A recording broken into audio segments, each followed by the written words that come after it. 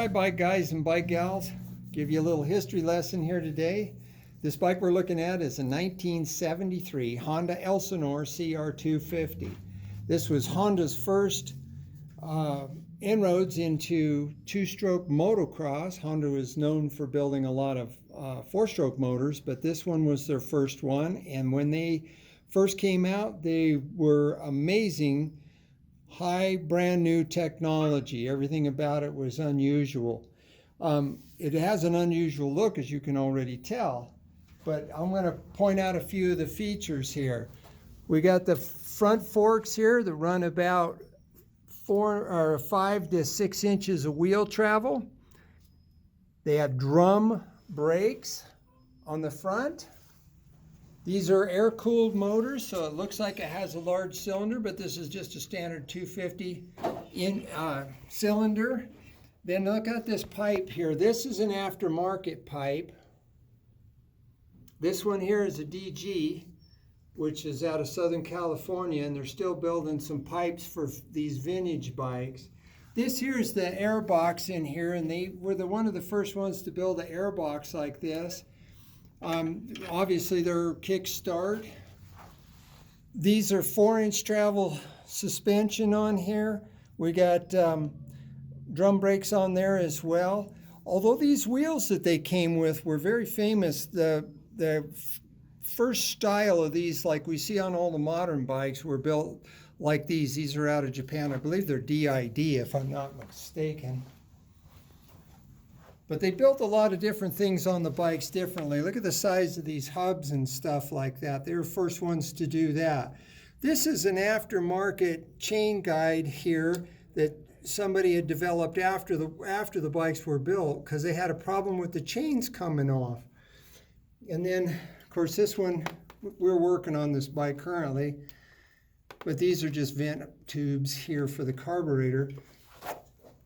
But they use a points ignition in here. You had to set the points on there. You had to set the carburation for the bike and all of that sort of thing. But these bikes were very, very light for the day. I'm not sure what they weigh. They're around 205 pounds, something like that. But they're very simple. They sold thousands and thousands of this bike. They also made a 125 that was a very popular model, and Marty Smith took that bike and won some national championships with it, and it's really what kicked Honda off as being a motocross powerhouse. And this was the first model that they made that did that. Once Honda got a taste of professional motocross, they started developing the bikes, and every year after that, or a bunch of years after that, they really redesigned and redeveloped them. Now take a look at this. Chrome handlebars. Yeah. But they were just simple. Cable clutch, cable front brakes. They had different types of throttle pieces on them. These flaps on the fenders were part of what the Husqvarna had started, this flap on the front fender, because the riders were getting mud spray in some of the wet races over in Europe. And Honda liked the look of that because it made it look like a real motocross bike. And they even took that little mud flap a little further and extended it down the back to keep the mud out of the fins on the head. These bikes had, this 250, I think they came with like 24 horsepower. And you guys that really know these bikes can correct me on this stuff, but that's pretty much it. This seat height is about 30 inches. They're very low. All the modern bikes are 35 to 36, maybe even 37 inches high. So the bikes have grown a lot. But it's very low center of gravity. Anyway. And here's another interesting item on this particular bike. See this rear tire? Look at this rubber rim on here. This is a Barum tire. They're out of Czechoslovakia, and they didn't like getting flats on their tires, so they developed this tire, had this big lip on it, and it kept the tires from pinching the tubes.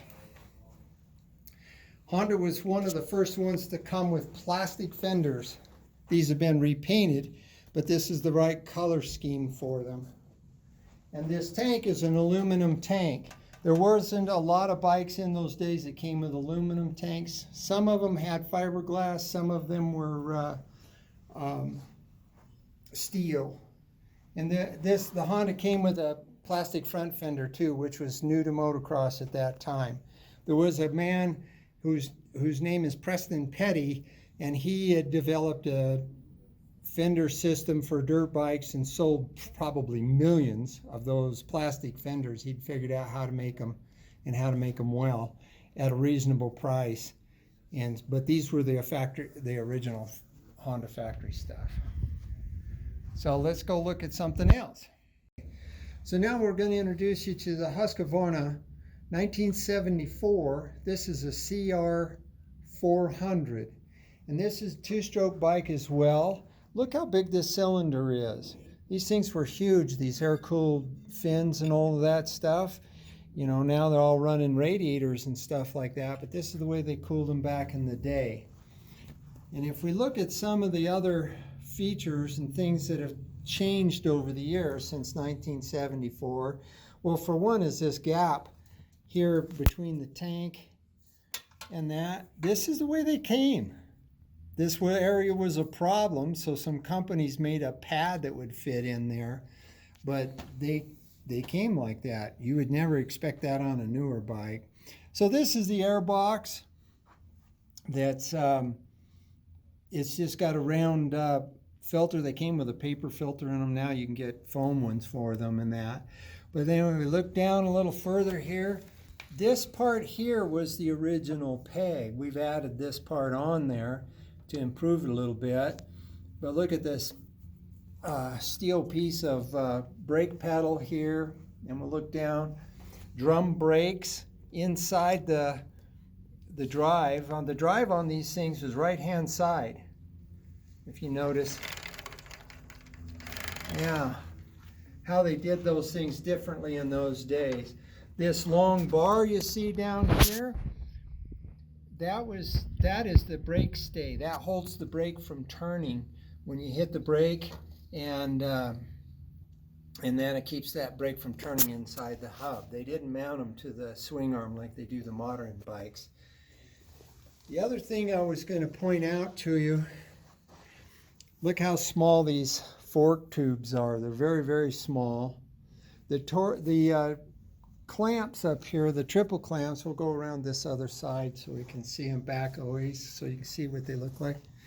The triple clamps here, look how small and light they were. It caused a tremendous amount of flex in the front end as you rode. They were harder to steer because the front end was always moving around underneath you. So then let's look at this down here. These wheels are called Akront Rims.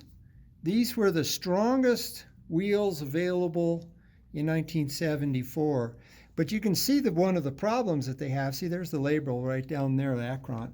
This big lip on the side of the rim used to catch dirt, and it'd fill up with dirt and make the wheels really heavy. But these wheels didn't break, they didn't bend, they were pretty reliable. Some of the pros used to put in foam inserts inside the rim there to keep it from filling up with dirt. But that was just one of the penalties that you had back in the day to get strong wheels. These are cable actuated clutch, cables on the front brakes. And the brakes on these bikes are not like the brakes nowadays. They would somewhat slow you down, but they weren't exactly stoppers. Now I've upgraded the brake shoes inside of there so that it helps a little bit. They improved the shoes, but that's what the braking system looked like. Look at this pipe. This is a two-stroke pipe, whole different type of design. And then this was really the trick exhaust system for back in the day. A whole bunch of the European bikes back in those days had the pipe ran down underneath. CZs and Makos and other brands like that, Bultacos, a lot of them had a pipe that ran down underneath, which meant you always crushed the pipe. Anyway, this has a left-hand kickstarter on it, which makes it very difficult to start the bike when you're sitting on it. You had to start it and then get on the bike, which made it a little difficult for off-road racing and that sort of thing. The swing arm here, this was a big move up on the swing arm. They moved the pivot point forward about 1.5 to 2 inches, which gave the rear wheel a little more wheel travel. These are modern replica type shocks on here, made by Nolene. I got a better shot over here. You can see what that looks like.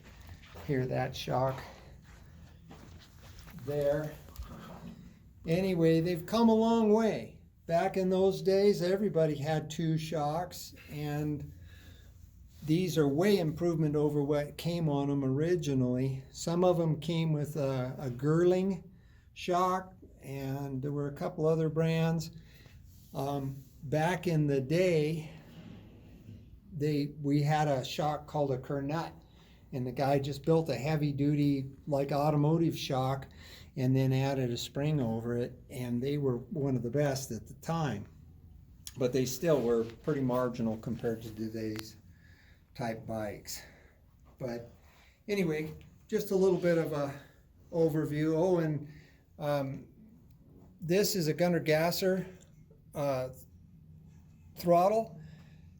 This was a big improvement too, because the first throttles, they used to come way out, and the throttle cable had to go through the number board and then back down. And then this fellow came up with this design with a wheel in there, and so you could change the angle. And you'll still see this type of throttle on the modern bikes. Sometimes they're rotated different ways, but that was a big improvement back in 1970. So now we're going to step up to something a little more modern. A little more modern is Husqvarna, and we'll talk about that.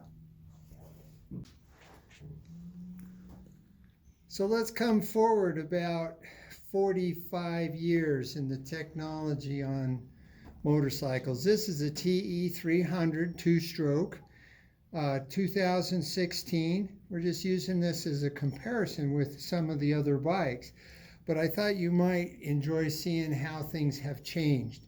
So if you look at this swing arm down here, they're obviously considerably stronger, more sophisticated, and the shock's mounted in the middle, and 1 shock as opposed to 2 shocks. They've effectively have more than doubled the wheel travel on the bikes. Notice that it's got disc brakes, and these things are, one of these brakes stops better than 4 of the brakes on the old bikes. But we're just going to look at some of the small details here. These are modern pegs on here. They got good protection under the engine. Look how much smaller the engine is. Even with the pipe all wrapped up around it, it's maybe half of the size. And the interesting thing about it is this engine puts out between 50 and 52 horsepower and is considerably more controllable in the way that the power is delivered. The power valve and the electronics and the carburation and everything has been so refined that now, even though the bikes have twice as much horsepower, they are easier to ride because of the way the power is delivered and metered out. Now, if we look, the modern bikes all have radiators on them. They're water cooled instead of air cooled. The front forks, look at the size of that compared to that Husky we looked at earlier. I mean, I think these are 49 or 50 millimeter on here. Don't hold me to it.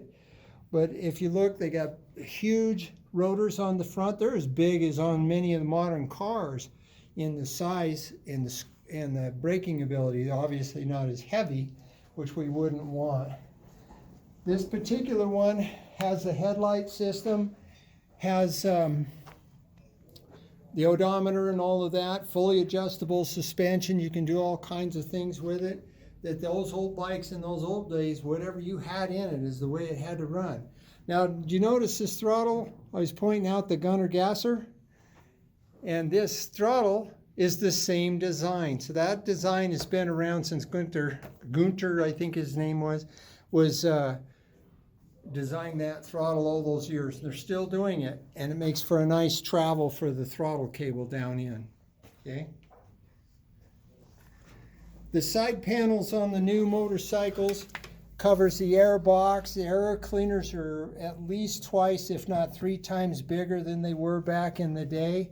And the chain system, they're still using the same chain sprocket system that they had on the old bikes, but the chains are considerably bigger and heavier. And the guide that guides it on is designed as the chain loops around, it guides it onto the sprocket, so we don't have a problem with the chains coming off. The wheels went from cast aluminum to billet aluminum, or the hubs, I'm sorry, I said wheels, excuse me, the hubs. And now the wheels are very similar to that design that the Honda had on it. And the Honda was the first one to do that, and I'm not sure what brand these wheels are. It says right there. These are DID wheels, is the same. They've figured out how to make them even stronger and lighter than they ever were. So our modern bikes are really a marvel of engineering. A lot of young guys and gals take them for granted. They have no idea from where they came. But I've been around this sport long enough to have seen the bikes develop from model to model and year to year. And as we get in other models, we'll show them to you as well. I've got a couple more I'm going to bring forward here, and we'll take a look at some of the details on them. Bike guys and bike gals, I want to introduce you to Reiju. Reiju is a modern premium 2-stroke bike, and these are built in Spain. One of the things I wanted to talk about in this video, and I failed to do that, the Honda is built in Japan. The old Husky, the 400, was built in Sweden.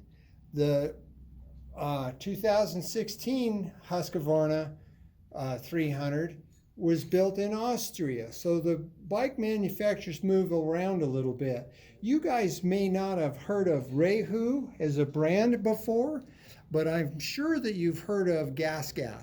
And Gas, this is a Gas. This is the original Gas company.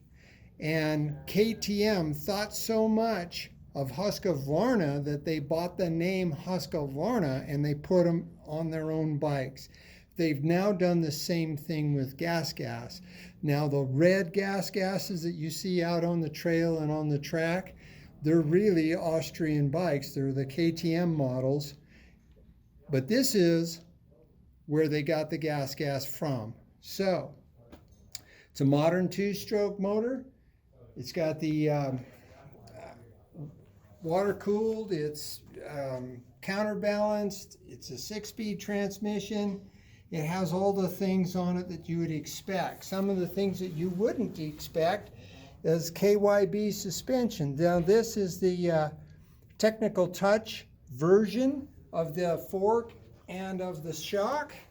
And these are like the premium A-kit suspension systems. As far as I know, Reiju is the only one that does that right now. This is a 2022 model. This is the racing version of it. And it has all the usual stuff that you would expect on a modern enduro bike, a premium enduro bike. These Reijus fall in the same class as the KTM, the Husqvarna, the Gas, the TM, and even a Sherco. They're all in that same class. They're built for racing and for hard enduro. These motors have been developed over the years, and the bikes are just super clean and extra nice. I'm not going to go through and point out all the little features to you. I just wanted to have a look at it and see what it is, because a lot of people have not heard of Reiju. They've heard of Gas, but they haven't heard of Reiju. And this was the new name that was rebranded by the Gas factory. So this is a beautiful new machine. We've had in the Pro model. We have another Pro model coming, and we have a couple more of these coming. This is called the MR 300. racing. Yep.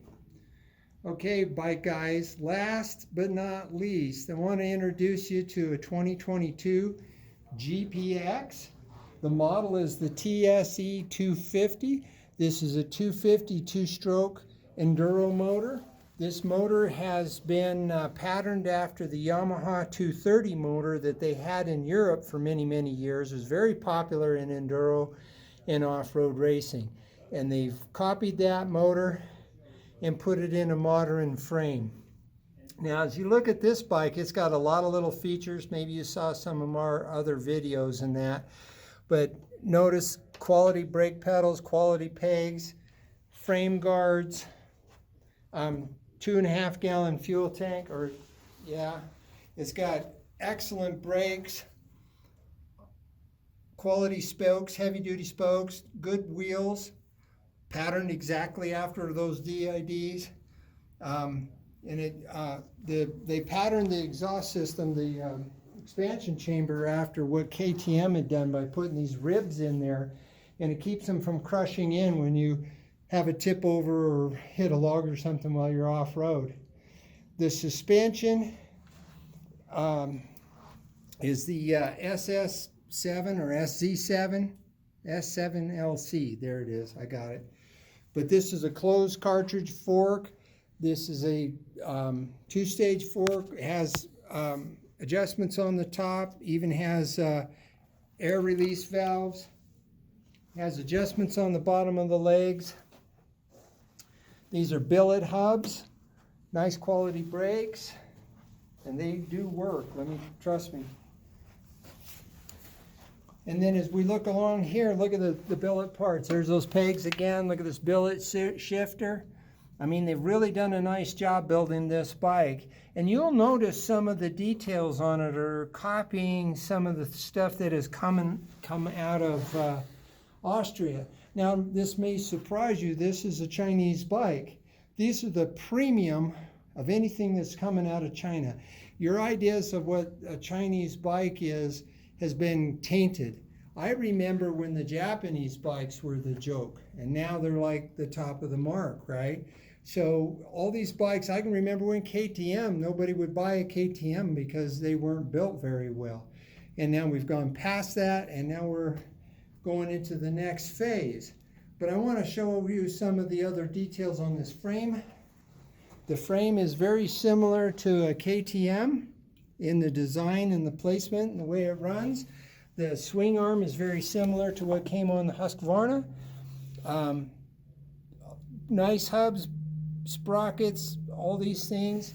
These are really quality, nice built bikes. The air box is right here. You can pop the cover off and get right into it and that sort of thing. They even come with a billet gas cap. They're well appointed over the top, speedometer, electric start, and it has a kick start.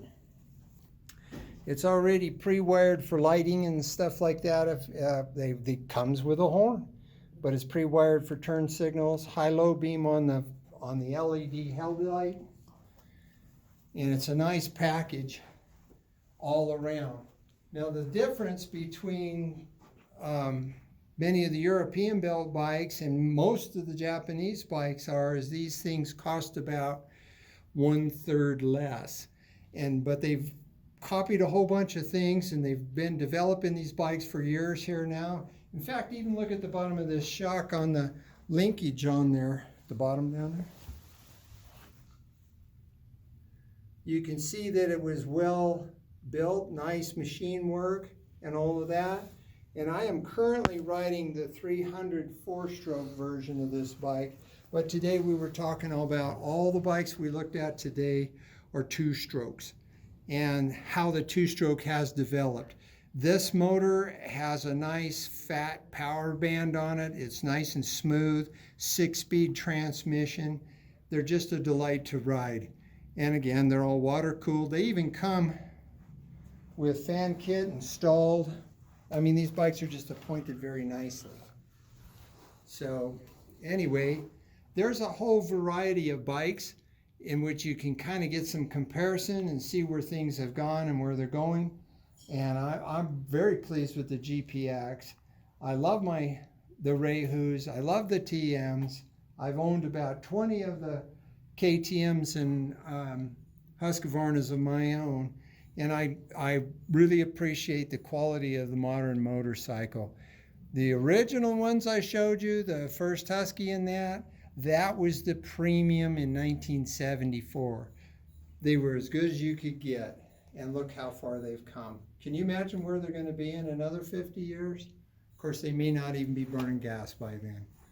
All right, my friends, stay tuned.